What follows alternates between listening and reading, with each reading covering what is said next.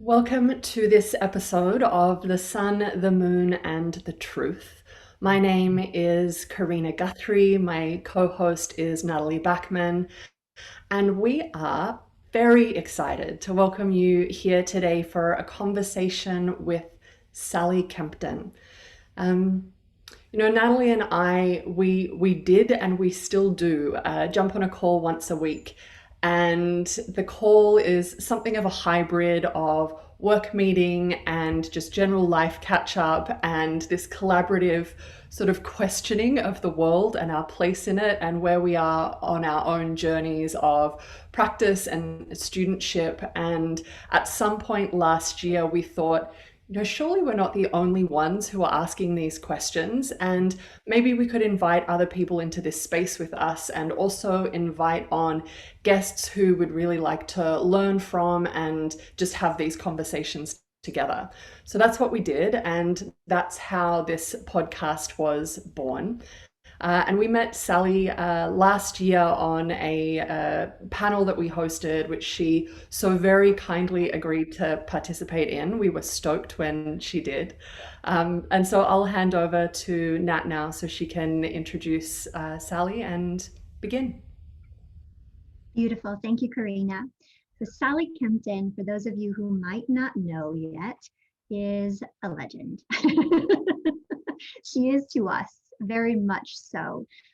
She is a former Swami of the Vedic tradition and has been practicing and sharing what she has been learning for over 4 decades now. And she's the author of both Awakening Shakti and Meditation for the Love of It, both of which have been really transformative for myself, as well as, I would say, an entire generation of practitioners of Tantra and yoga. We are beyond honored to be sharing this time and space with Sally. And if you have not had a chance to meet Sally, to learn with Sally, then welcome. Welcome to Sally Kempton. And I hope that you take some nuggets away today and will pursue any further opportunities to be able to learn and grow with her. So thank you. Thank you. It's so lovely to be with you. Likewise. And this conversation is, of course, the best. Yeah.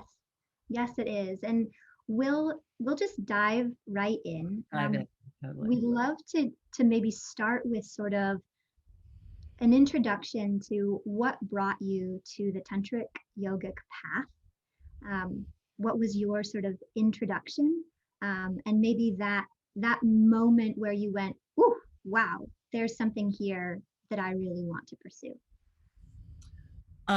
Yes. So my introduction, Tantra came into my practice as in a specific way. I mean, a fairly long time after I had been doing what could be called a traditional yoga practice, although one of the things I've come to realize is how much of what we call yoga and meditation practice is actually tantric. So it's a long story, but I took a psychedelic journey in the early 70s, which just opened the space of love for me and was such a profound experience that it kind of instantly shifted my priorities. So I spent about a year studying with a Western group, and then I came in contact with my teacher, Swami Muktananda, who was a traditional and yet very revolutionary teacher who was extremely famous in the early days, when the Indian teachers were first starting to come to the West. He was particularly dramatic because he would awaken your Kundalini through a process which really the Tantras teach about more than any other tradition in yoga, which in Tantra is called Shaktipat, which literally means the descent of cosmic power, which awakens the germ of cosmic power in you, and then literally propels you onto the path or propels your journey in a fairly dramatic fashion. And in my case, the heart of it, the actual essence of it was a very radical opening of the heart, which sort of opened me up to Guru Bhakti and subsequently, uh, different forms of bhakti. And just to describe why this particular path was tantric, and this is, I would just say this is the kind of tantrika I am, that his teaching and also his transmission was the recognition that everything in the universe is made of Shakti, is made of sacred energy, and that this can be experienced not only in meditation, not only in activities, spiritual activities, but actually while you're walking down the street, while you're eating. This is, of course, as you know, the heart of Tantra is that because the universe is made of Shakti, is made of love, that its essence can be experienced in everything you do. So though I was never, I would never not have called myself a tantric practitioner because, to be honest, my guru kind of, he just didn't, even though he was very much a tantrika, he was an internal tantrika. And because in those days, tantra was completely um, associated with what Rod Stryker calls California tantra, which is sex, like better sex essentially, and mystical sex, which uh, he was always, as most traditional Indian teachers were, he he wanted to separate this extraordinary tradition from the way it was understood in the 70s and early 80s in the US. So he never really talked about tantra. Uh, but as I later studied it, I realized that everything we were doing was tantric, specifically the worship of the internal Shakti, Guru Bhakti, which is a big deal in Tantra, and a lot of mantra. So that these energy practices that I consider to be the heart of Tantra were kind of a part of my path without my ever using the word. And so let me just stop for a minute. As I say, we're talking about a long journey, so I could go on and on. But is there anything that you'd like to know more about here, or ask me about before I get into a later iteration of it? Did you meet your guru, your teacher, in the US or in India? I met him here, and then I traveled with him between until he died, which was in 1982. And so we spent several years in India. Um, so we traveled around. He had a pretty public scene, and he also had an ashram, which was really a kind of a cauldron of spiritual transformation. So I spent basically 8 years doing very hardcore, intense, transformative, classical ashram yogic sadhana. And he left his body in 1982, and I stayed on. He'd given me initiation to sannyas, which is the Indian monk vow, uh, and it's some couple of years after that, his successor was a goddess worshiper. Her family were devotees of goddess Durga. She was from South India. She had actually been born as a result of her mother's prayers in the Durga temple in her hometown. She's very goddess centered. And a huge statue of goddess Durga had been built in the back garden of the ashram, where once she became the guru, she began to hold Navaratri celebrations there every year. So, and they were quite elaborate. So there would be, girls in Gujarati saris doing stick dances, and we would tell stories, and there would be a lot of chanting. It was quite a great celebratory event. So I was teaching in one of those events. I was telling a story, and as I was telling the story, it literally felt as though some force had come into my body.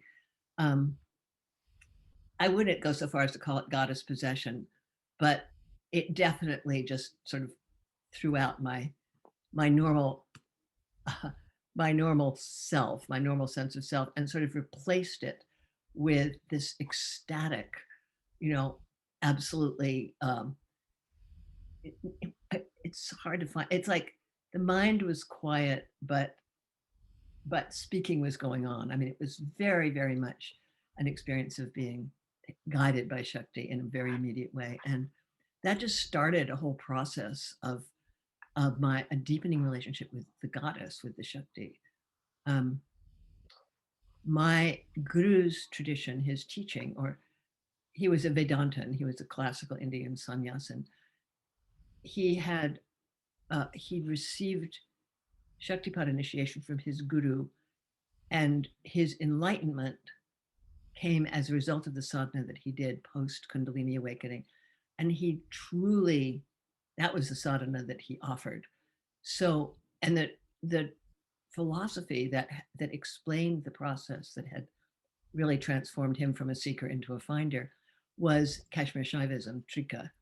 So, and at a certain point after his enlightenment, he came across texts of Trika and saw that they, what he had come to understand about Shakti, about Kundalini, about the Guru, which is really I would say, the more radical positions of Tantra. Um, and also, of course, the understanding that the physical world is sacred, which, of course, in Vedanta it's not, it's not an unheard of idea in Vedanta, but it's not what they front load. So he taught Kashmir Shaivism. And for me, what was radical about starting to directly connect to feminine deities was first of all, when you start contemplating female divinity, you realize you have all these ideas, one of which, of course, is that God is male. So to sort of transfer my focus from Shiva to Shakti, because, Muktananda was a Shiva, lover of Shiva. His mantra was a Shiva mantra. His whole bhav was a Shiva bhav. It was so radical to realize that, that adornment, that food, that enjoyment, that all of these things, um, which were a part of the tradition. It was not a particularly austere tradition, but to realize that these things could actually be practiced as worship, as a form of meditation was, and and that, and this is the other piece, which is hard to explain to someone who doesn't have a deity practice because it's so counterintuitive to the way we think in the West. But learning to actually focus my attention on a divine form, um, to chant mantras with a specific intention of connecting to a subtle deity form is just proved to be one of the most efficient and effective practices that I had ever found for, deepening and broadening my meditation and also my view of life. So that's pretty much my story. I hope that's not too abstract. Um, but yes, I'm, you know, I, I went from being a sort of classical direct path meditation and awareness to being a goddess worshiping, you know, practitioner of, I was always doing mantra, but of a very focused practice of internalizing divine forms. That's so cool. I just, that's such an understatement, really, of what I would like to be able to convey. But that's like the little kid in me that's just, you're saying so many things that are just lighting me up inside. Sort of affirmations of some little glimmers of experience that I think Karina and I are both having, and to hear your experience so eloquently and so genuinely expressed is just really exciting. Oh, well, thank you. And, I think there's a big group of us these days who are really turning to this form of practice. Yeah. Yeah. Yeah. It's interesting that deity practice, for contemporary Gen X and Gen Z people is so much more radical and esoteric than what has always been the most radical and esoteric.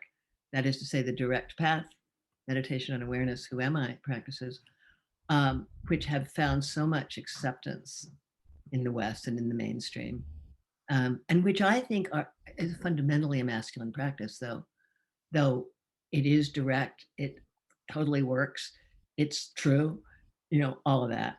And I bow endlessly to Ramana and other great beings of that tradition, Shankaracharya and others. But really, I have come to believe that Shakti is the secret, and that even those masters, the Indian masters, I don't know so much about the Westerners, but the Indian masters, they were all goddess worshippers, and they kept it secret. you know, they had their Sri Yantra in a hidden place. They did their chants, their goddess chants, but everybody seems to have understood, the fundamental teaching of the Shakta tantric systems, which is that there is no liberation without Shakti. Shakti has gotten us into this pickle, and we're not going to get out of it unless she gives us permission. So, that's why I think Shakta practice is so important right now. With everything we know about climate change and et cetera, it is the practice that I think can allow us to understand the divinity in the earth, the divinity in each other, you know, that there's just so much that it opens up for us. It's so needed now. I have about 1,000 questions, and I'm going to try and I'm just going to pick one. Um, One is, you talked about this idea of, Shakta worship as feeling kind of revolutionary and different when you encountered it. And it made me think about today when a lot of, people are encountering it for the first time, and a lot of women are encountering this idea of the divine feminine also for the first time. And I feel like it feels no less revolutionary now than it did for you then. But I also, there's this conflation of the divine feminine with woman. And I feel like there are so many sort of tricky or convoluted conversations that are had with the conflation of the two. And I wonder if you could speak to that in some way. I don't know how to ask a question that's more I, pointed or specific than that, because it feels like a big ball of tangled yarn. I completely agree. And to be honest, it's one of the things that kept me from teaching goddess practice for a long time, because and I'm all for women's spirituality, but uh, but goddess practice is not the same thing as women's spirituality. First of all, it's because there's nothing on this planet that is not filled with Shakti, and you know obviously people in masculine bodies or in non-female bodies, let's just say, uh, have the same. They're made of the same Shakti. They can have the same relationship with Shakti. Most tantric practitioners, or many tantric practitioners, traditionally were men. So the Shakta tradition, you know, I mean, let's get real. May I may I say this? India is no less a male chauvinist culture than any place in the West. It's not that loving goddesses has made them treat women differently than we do. Um, and of course, one result of that is that in the great Shakta temples, most of the priests, I mean, most of the officiants are men, because men. That's what men do it. Women don't do it. So, and I think I don't really know what's going on in India in temples these days, because I haven't been there um, since the early aughts, and a lot has changed there. Including the yoga world has just boomed and blossomed in India. So I can't really speak to how that is held, but um, I I do think Shakta practice it's a universal practice, and I just believe it should be discussed and described as a universal practice. That said, given the fact that our spirituality, certainly in my generation, and not so much in yours, but to a large extent in yours, our teachers were men. That what they taught was, let's call it, in some sense, male oriented, by which I mean um, oriented towards uh, abstraction, non-duality, awareness, um, renunciation, transcendence, uh, you know, a kind of, I wouldn't say demonization of the body, because that's not true, but a certain feeling the body's not real, the world isn't real. Therefore, we don't have to take it as seriously as we now know we do if we're going to have a planet. And I do think that Shakta practice, Shakta connections, earth spirituality, etc., which have always been or somehow been conflated with women's spirituality, I would say they're becoming um, more and more mainstream now. But yeah, it's an interesting question. I mean, it's like, I love the idea of women having their own world of practice where they get to be the experts, we get to be the experts. There's certain conversations that men can only have with other men that women can only have with other women. I think those conversations are really important. So I do agree that the banner of women's spirituality has been unbelievably powerful and important for many women. And at the same time, it limits the way we can understand Shakti if we imagine it's just associated with women, especially as I've noticed it was for a while, especially associated with women's sexuality. So somehow a lot of people and I've been on a few podcasts in which this was the primary idea. A lot of people think that if you're going to talk about Shakti, what you're actually talking about is feminine sexuality as opposed to masculine sexuality. Um, and yeah, and that the gifts of Shakti are only available to women, and that's clearly untrue. Not only untrue, it's rather pernicious, I think. Yeah, Do, But did you read that book, The Power? no. Oh, I recommend it. I'm not going to go on about it. It's a book, came out in 2017. It's about a world in which women are given a power, which is they can it's kind of an electrical energy. It's obviously written by somebody who knows about Kundalini, but only women have it. And because women become therefore able to defeat men in they can overcome male physical strength. They start to realize they can take over the world. They do take over the world, and it turns out they're just as screwed up as men are. but so, but I think that's the thing. We all have to do this together. Yeah. do you think there is, I just have one follow-up question. Do you think that there is a difference in the way that energy moves in a female body as opposed to a male one? Or do you think energy moves in the same way, irrespective? Well, I can't really speak to that as an expert. Mm. Um, my understanding is that energy is essentially moving in the subtle body.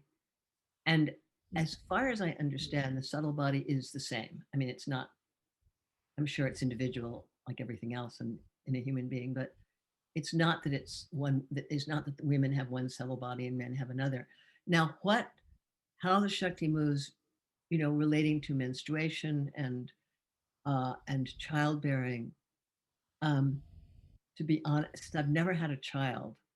I have not had that experience, which I know many women have described of, this very extraordinary thing that happens when you're pregnant and giving birth, which I guess is unique to women. It's not. But in terms of practice, I don't think it moves differently. You know, though I will say this, and you guys may have had that experience. You know, there are techniques that there's a couple of them in my goddess book. You know, for activating the womb, for activating the, you know, the feminine organs, such as to make them conduits for Shakti. And but there are also practices for men, you know, that the practices for bringing Shakti up from the sexual center and using it to activate different centers. Um, you know, it's everyone does it. Anyone can do it. Yeah. So along a somewhat similar line, I'm just so fascinated. In the little note that I sent to you via email, I was talking about these experiences that we've had of being at trainings that are maybe predominantly led by male teachers, and this feeling of like these little pockets of women that are coming together and starting to sort of, in hushed tones, talk about your work and Yeah. say, well, have you ever read Sally Kempton? Have you ever studied with Sally? And introducing one another in that way to all that you have provided for us.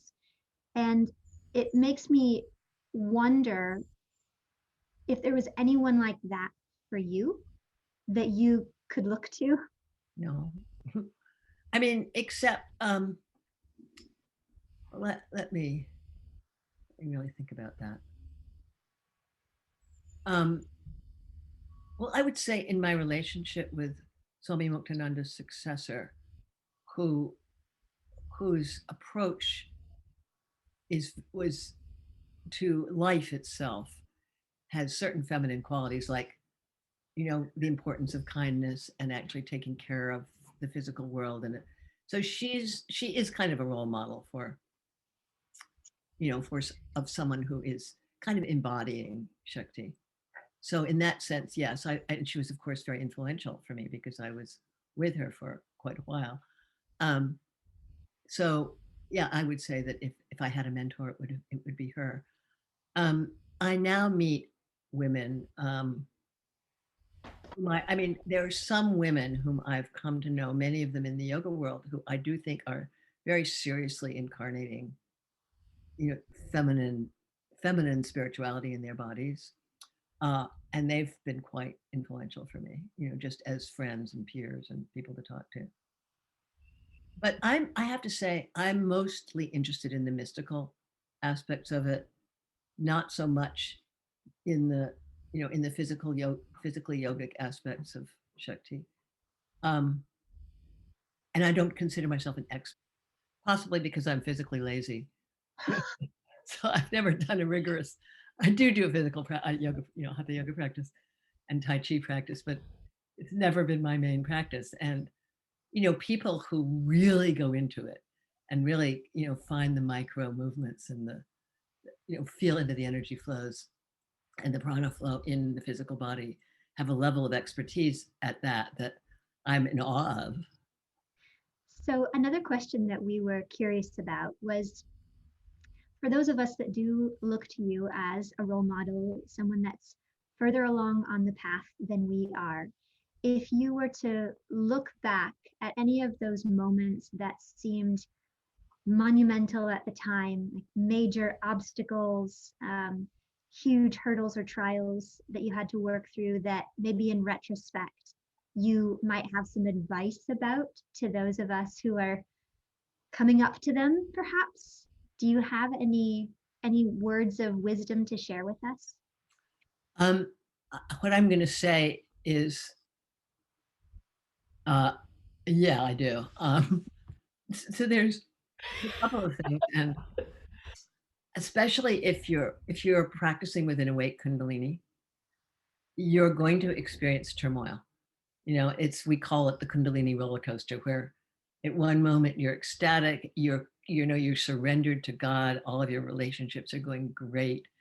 Everything you've ever wanted is happening, because that is one of the things that awakened Kundalini will in many ways smooth out aspects of your worldly life. But the whole principle behind, and as you know this because it's true in all sadhanas, that there's kind of two simultaneous things that are always going on. One, you're meeting your divine self. You're finding the clarity at the root of the mind, or the love in the heart, which is, ecstatic is my favorite word for it.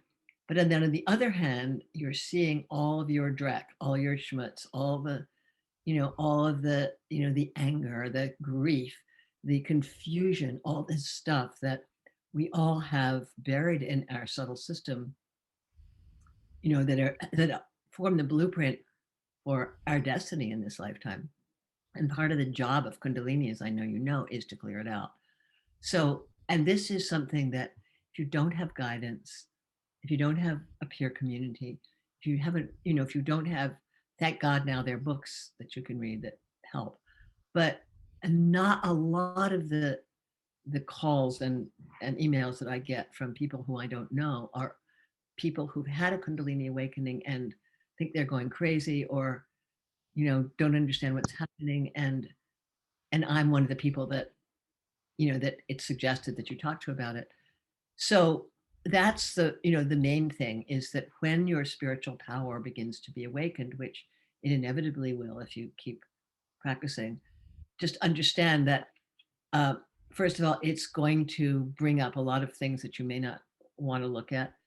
Two, that there is a tendency to get inflated by the awakening of capacities that you may not have had access to, um, generally known as the yogic siddhis.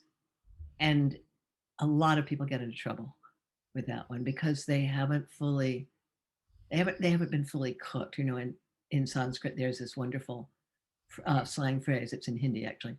Um, they say that you're raw. The word is kacha. So you're like you've started the path, you're practicing, but you're still raw. You haven't been seasoned. You haven't been cooked. And one of the big mistakes that we make on the path is imagining that we're enlightened, or that we're done, or that we're finished way earlier. And then another layer of the samskaras comes up, and you have a humbling realization that, oh, you're not a perfect person. um, and it's very good to know that, because, for instance, what a lot of people do is start teaching prematurely, or start you know thinking of themselves as experts when they really aren't. And so continuing to learn, continuing to kind of humbly seek out knowledge is really important. um, and to somehow find a way to split the difference between actually searching for the answers that you need at a particular time in your life, and what the tradition calls spiritual promiscuity, where you just keep going from teacher to teacher to teacher, and never stay long enough to fully imbibe what the teacher has to give you. So, and the other thing I would say, and this is the good news, is that if you hang in there, transformation happens, and you wake up 10 years from when you started, and that probably seems like a really long time. It certainly did to me when I was starting. You wake up, and you suddenly realize that how many things have changed in your life. How much more equanimity you have, how much more love you have, how much more sort of understanding about the nature of things you have, and how calmer your mind is. And you're starting to have really interesting experiences and spiritual breakthroughs. But it takes, for most people, certainly for me, it took a while. um, I had some very dramatic, fabulous experiences when I first started on this journey. Experiences of my heart exploding, and all differences disappearing, so everything was inside me, and profound devotion. All these things came up. But it took me almost 10 years to be a good meditator, which is one of the reasons, or let's say uh, a to actually go deep in meditation. And one of the reasons I wrote that book, The Heart of Meditation for the Love of It, uh, is because in the process of trying to, one of the things that tradition says is that meditation teaches you meditation. In other words, your teacher will say, do this, do this, do this, and you know, and often that's pretty much all they'll tell you. So as it begins to unfold from within, if you approach it in a spirit of experimentation, of playfulness, that you're not necessarily trying to achieve anything, but you're trying to explore the territory within, that is the most powerful and effective way to meditate. And that's why I wrote the book, is to just encourage people to be really playful and experimental, and to realize that once you're on the journey, once you're on the path, if you're keeping your integrity and you're really looking at your motivation and you're doing your practice for as long as you reasonably can every day and doing it regularly, that you're going to be guided, and that it's safe to experiment, and it's safe to try something that you learned in a class one weekend, play with it for 3 or 4 weeks, realize this is great, I'll continue, this is not for me, I won't. But that having that attitude that meditation practice is something that we really engage in. And if we're not interested in it primarily, if we're not interested in it at the beginning, to realize that we will become interested in it if we spend some time really mining our own meditative skills. My guru used to say something. He would say, nobody knows how the enlightened beings attain their state. They just follow this path, and enlightenment, like the sun rising from behind the clouds, enlightenment manifests on its own. And I have found that to be pretty much true. It's frustrating, when someone tells you this and you're like not seeing any progress. But it's in time you realize it's true. So, Karina, go on. I was just thinking, you've talked about, sometimes transformation can strike like lightning, and it's, like Shaktipat, or, you talked about, some psychedelic experiences or something like that. And then sometimes you have that transformation that just quietly creeps up on you, and you don't even realize that it's happening until you look over your shoulder and realize that that thing that was underway that you weren't even aware of actually was really important. And I wonder what some of those transformations were for you that kind of happened quietly but were significant for you along the way. Well, I would say, I mean, other than your skills increasing, which, you know, there's skills to meditation, there's skills to mantra practice, as there are skills, of course, to asana practice. So obviously, you start out being not so good at it. And this is especially true of the inner practices. It's somehow, if you have the right body, you can get pretty good at hatha yoga relatively quickly. But if you have a normal, outgoing, driven contemporary mind, it's not so easy to get it to turn inside. So one of the transformations that is really significant is when you find that you actually can sit for meditation and enjoy it for a period of time. Uh, and so there's a few of them, and some of them are kind of classic signposts on the journey. One is that your concentration increases. So, you might start out, and anyone who's done mindfulness knows this. You might start out, if you're counting breaths, you get to 5 and then you're thinking about something. And at a certain point you realize, oh, my mind is quiet. I'm able to be fully mindful of the breath, of the body, of my thoughts coming and going, and I'm sinking deeper and deeper. And this field ground reversal is happening, where it's like the thoughts, the the frou-frou active part of your mind begins to get quiet, and this this clarity, uh, this sort of open spaciousness arises. And at a certain point, you realize that that open spaciousness is you. In other words, it's not an altered state. It's not a it's not a meditative experience. It is actually a glimpse, and and as you go on a deeper and deeper immersion in that in you, which is unchanging, which is unbothered, which is, truly real.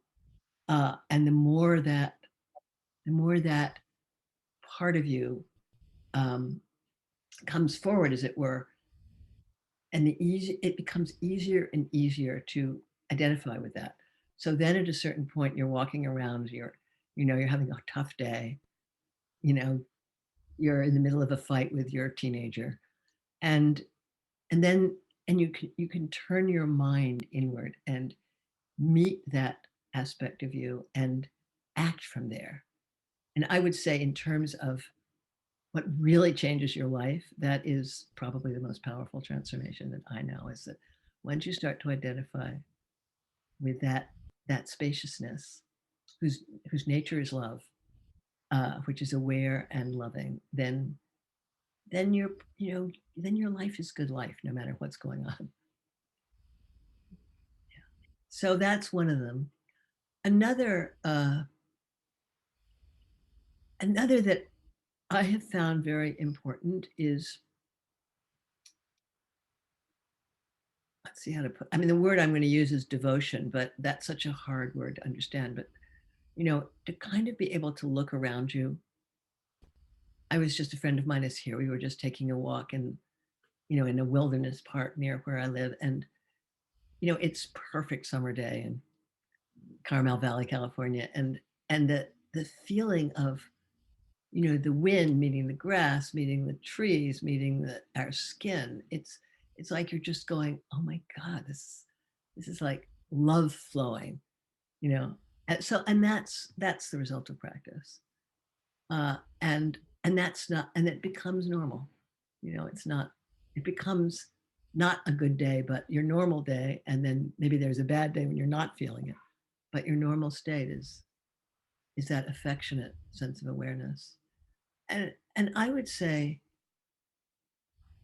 okay, another thing, you start to be able to realize that the way you see the world is dependent on your mind, is dependent on your inner state. So, that teaching that's become a new age cliche, and actually comes from the Vedanta tradition, that the world is as you see it. We create the world by, you know, through our neural pathways, but also through our attitudes. So as this kind of transformation happens, then you're suddenly able to see, okay, this looks like a really bad situation, but maybe it's the way I'm seeing it, and that's also very helpful.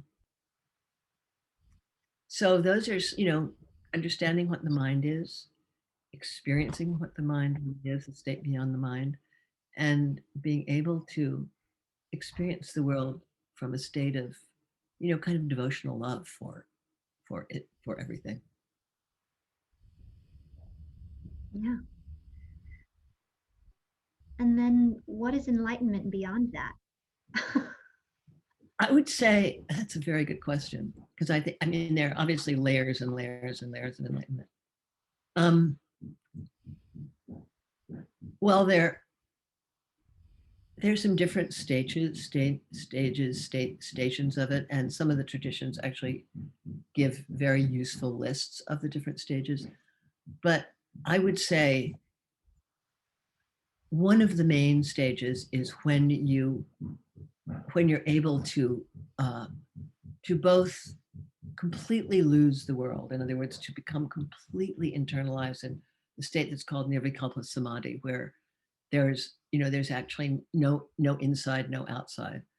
Um, that and then to come out of that state, to awaken from that state, and bring into the waking world the experience of oneness that is pretty much unbroken, so that you're able to look around and and really see the light that is what we're made of, which is the way my guru used to describe the world.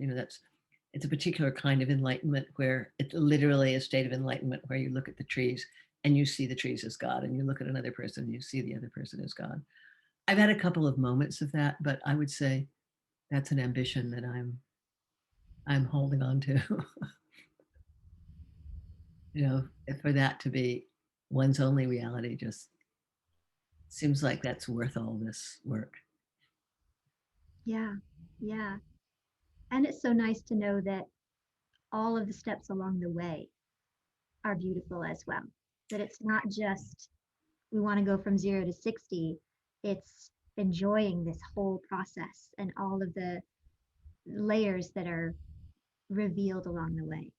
Yeah, that is so well said, and I think that that's one of the things about Tantra that I most love is that it really is about really seeing the beauty in every moment, and we can do that in a, I don't know what you would say, sort of a new age wellness way, which is great. I mean, I'm not knocking it; it's wonderful, and we can do it from a state of utter awe and wonder. That's, you know, that having a core internal practice is what lets that happen. But even having, you know, a not very serious practice, or a, you know, a practice that you do, um, you know, 3 or 4 times a week is going to change your perspective, is going to give you a lot of gifts. Yeah. Yeah. As Krishna says in the Bhagavad Gita, even a little of this practice saves you from great harm. Absolutely. I think there is a tendency for a lot of folks to say, well, I can't do all of it, Right. so I'm not going to do any at all. Right. And yeah, it's beautiful to be able to give that reassurance that the little bit that you can do, whatever you can do, is going to make a difference. Yeah, and I think this is the genius of TM, you know, that if you meditate 20 minutes twice a day, you'll see these transformations. And it's true. And you don't, secret, you don't even have to meditate twice a day. You can do it once a day. But yes, I always say to people, pick a meditation focal point that you enjoy, and pick a mantra or an awareness practice that you can do, and be prepared to, you know, and I know you guys, I'm sure you guys do this, be prepared to work with ideas that you can carry around in your mind all day and that will tend to change your perspective, and that is actually enough. You know, you can do that for years while you go around, you know, while you go about your life, and you'll see transformation. Sally, what would you say about this dance? I think that lots of practitioners have, which is, you know, the getting of something that's sort of esoteric wisdom, and then the experience of something as, you know, lived wisdom or lived experience. And, you know, this dance between the two, where sometimes you feel like you are connected to something that feels like it's living, and other times you lose that connection and you're leaning into the knowledge of a tradition. Like, what would you say about that dance in your own experience, and, you know, whatever you would give to people who are in that? Okay, that's an interesting question. Do you mean, is it the dance between, depending on your own intuitive experience, the things that come up for you, following inner guidance or following what the traditional texts say? What do you mean? Yeah, because yeah, sort of. Because, you know, for example, if you are somebody who is a dedicated practitioner, and I think, you know, a lot of people these days, they come to these experiences or these ideas initially through a commercial yoga class, maybe, or, you know, they learn philosophy from a teacher, and it sort of opens up their worldview. But there's a sense then that maybe you hear these stories of, you know, somebody like you who's also had these really transcendent experiences that not everybody has had access to yet. And so there's a sense where first maybe you rely on knowledge from a teacher or knowledge from a tradition before it really feels like it's come alive in you enough that you can trust that inner guidance or even hear that inner guidance. And so what is the shift or the journey from one to the other, and how can you learn to trust that the inner wisdom is there when you feel like you can't hear it yet, and then trust that the inner wisdom should be followed when you can? Yes, so that is the big question. And it's one of the big questions, like how do you learn to trust yourself? I mean, first of all, you need to trust yourself. And I think that's something that many of us don't. do. We have to learn how to trust ourselves because, you know, there's many reasons not to trust ourselves. So I'll give you the traditional formula, and then try to talk about this in a in a more granular way. But the traditional formula is that you follow the teacher. If it's a question of what you feel and what the teacher feels, you follow the teacher. That's basically what the tradition says. Now, and this is what makes it difficult because there's nothing that it tells you in a way that's really useful how you know that you should start to listen to your own guidance. But this teaching that meditation teaches meditation um, is it's an invitation to to to ask yourself questions. Like when there's something a decision that you have to make, or when there's a path that is showing up that you're not sure is the right path for you. You get in the habit of asking yourself questions. And there are different ways to do this. There's some of my friends who the way they ask the question is this course of action in my highest interest, or in the highest interest of humanity, uh, or is this the right thing to do?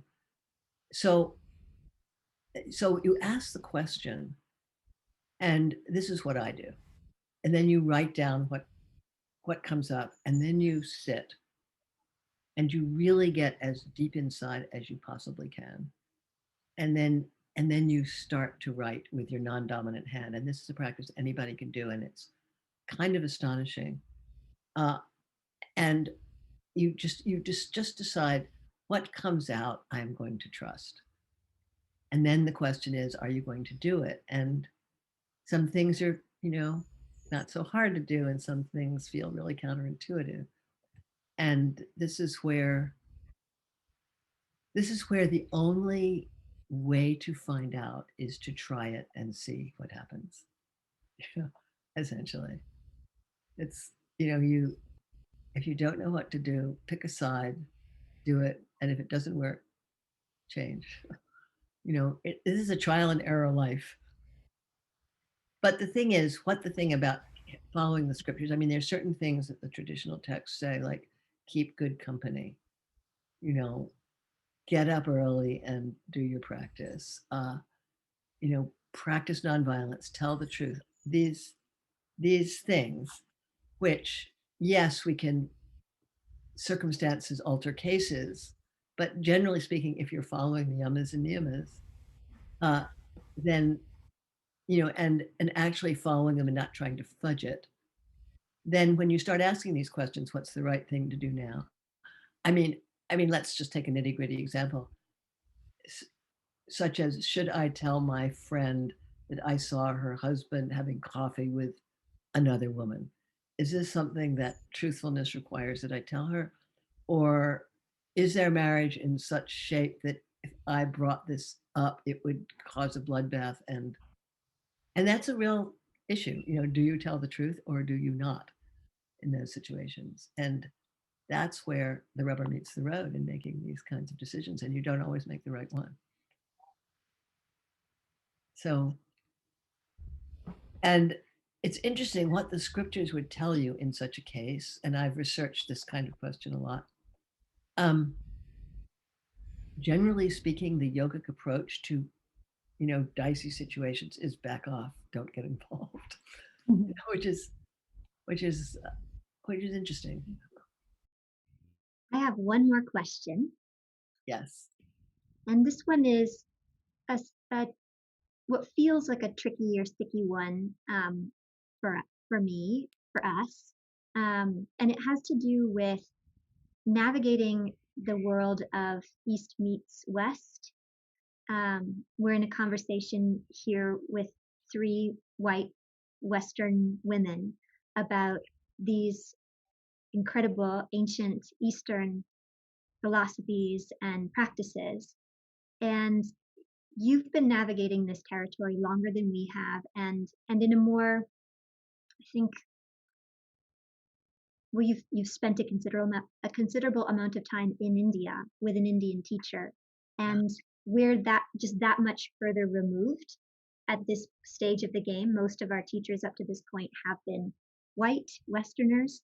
Yeah. And it's just an interesting place for us to be really mindful, I think, of how much do we have a right to just by virtue of being human, Yeah. and how can we honor and respect the culture which birthed and fostered these philosophies and practices, and how do we navigate that gracefully? Yeah, it's a really good question, and it's really up. And on the one hand, I would say this is something that a friend of mine wrote on his Facebook page that got a lot of negative comments. That a yoga practitioner is a person who practices yoga. It doesn't matter where they're from, and I do believe that. And you're right. I'm from a generation that went fully, totally into my guru's culture, and and learned a lot just by osmosis. But that said, there are aspects of Indian culture, even though I'm pretty familiar with them, they're not strange to me, but they're not my culture. And when I'm spending time with an Indian person who's practiced yoga, whose tongue gets around the Sanskrit, who learned these mantras often when they were babies. I mean, in other words, there's an entire realm of knowledge that just comes to you through your skin, through your pores, when you grow up in Indian culture. It's such a profoundly, uh, in the parts of it that are still that way. It's a profoundly sacred facing culture in a way that most Westerners, especially Westerners who get interested in Eastern paths, are often pretty secular when we start, and we don't have that basis. Though I have found that in the West, Catholics, people who grew up in Catholic households, sort of get the thing that you see in Indians who have really been immersed in their spiritual culture. So there's no substitute for that. You can't make yourself a cradle Hindu, when you grew up in Des Moines. It's just not possible. I mean, even if you're Indian and grew up in Des Moines, it's not quite the same as growing up immersed in the culture. So yeah, I mean, that's what I mean. It's so important to be learning all the time, to be humbly learning all the time, and to recognize, to really honor the tradition. I mean, the difference between honoring a tradition and appropriating it, I believe,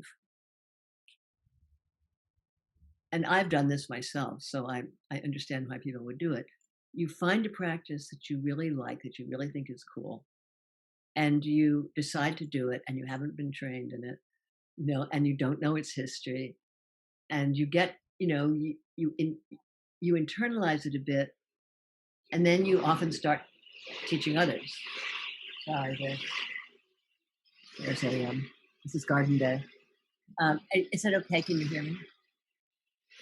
And I think that the issue that has come up in the last few years of cultural appropriation, in terms of this tradition, is really important and really needed, really necessary. I totally support it. And like everything else, including Me Too, there's extremes on both ends, and we kind of want to stay in a place where we're honoring those who are, let's say, genetically connected to the tradition, and we're also honoring those who have adopted the tradition because we feel a connection that is truly coming from the heart. That's not for the sake of appropriation because we think it's cool, but because something in us recognizes the power of it. And and the Indian and the Hindu and Tibetan Buddhist traditions, and I know there are other spiritual traditions that are equally powerful, but they're very, very powerful technologies, if nothing else. And those technologies, they it can't be found to that extent in other traditions. There's unique. I mean, there's unique gifts that the Christian tradition offers the world, and there are unique gifts that the Hindu tradition offers the world, and there are unique gifts that the Buddhist tradition offers the world. And why would we want to not practice them if we can get trained in them, if we can get taught in them, if we can really make them our own? Of course we do. Thank you. And let me also say, I left out Judaism, which is also an incredibly profound tradition that that has often been pretty exclusive. So in a way we're breaking boundaries, but we want to break them in a way that's authentic and honoring and above all humble. Yeah, I think humility is one of the primary ingredients on this path, and it shows up everywhere. Totally. Yeah. Well, and yes, it's a very interesting this moment as yoga and yoga philosophy and practice are just exploding all over the world. How do we not denature it? How do we honor it, adapt it, which we will inevitably do, because that's what happens to traditions. They morph. Yeah. And I imagine that the yoga tradition has been morphing for thousands of years. That it's constantly, and this is the layer that we're now present to. This layer of adaptation. Yeah. And the internet, and because we have the internet, and because you can go online and find actually an authentic teacher teaching an authentic practice. So it's much easier to learn these things than it ever used to be. But that said, there's a difference between learning something online and actually being in an interactive relationship with the teacher. So shall we do a final mantra? Yes, please. So I'm going to chant these mantras to the goddess, which invoke the one who is the most auspicious of all auspiciousness, who is at the heart of the world, who is the protector in whom we take refuge. I'm paraphrasing a bit, but Om Sarva Mangala Mangalye Shive Sarvatra Sadike Sharanye Triambake Gauri Narayani Namostute. Om